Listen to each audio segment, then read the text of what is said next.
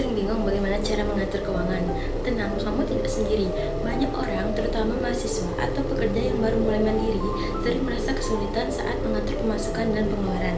Karena itu, aku mau berbagi tips yang selalu aku gunakan untuk mengatur keuangan aku selama aku menjadi mahasiswa.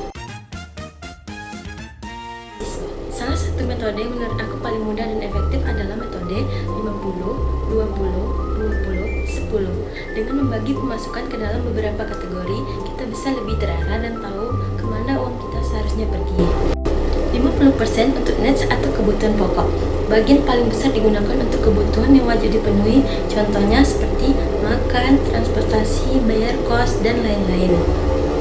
Dalam kategori ini juga termasuk dana darurat yang sangat penting untuk disiapkan. Dana darurat ini nantinya akan membantu kalau terjadi hal-hal yang tidak terduga seperti sakit atau kebutuhan mendadak lainnya. 50% untuk savings, tabungan, dan investasi. Bagian ini digunakan untuk tabungan jangka pendek maupun jangka panjang. 20% berikutnya untuk wants atau keinginan. Nah, bagian ini khusus untuk kebutuhan non-penting atau hal-hal yang kamu sukai seperti traveling, shopping, atau lain-lain. Mengalokasikan 20% bukan berarti boros ya, tetapi justru membantu agar kamu tetap bisa menikmati hidup tanpa merasa bersalah atau kebablasan dalam belanja.